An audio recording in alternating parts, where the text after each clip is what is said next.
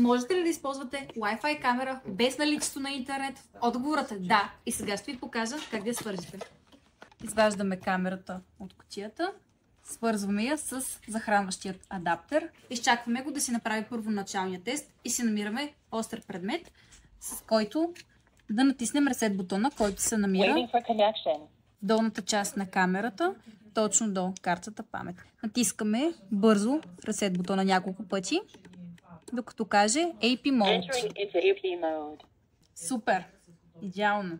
Влизате в настройки и включвате Wi-Fi. Обикновено нашите камери се казват камера и някакво число. Винаги паролата ни е от 1 до 9, след което има 0. 9, 0.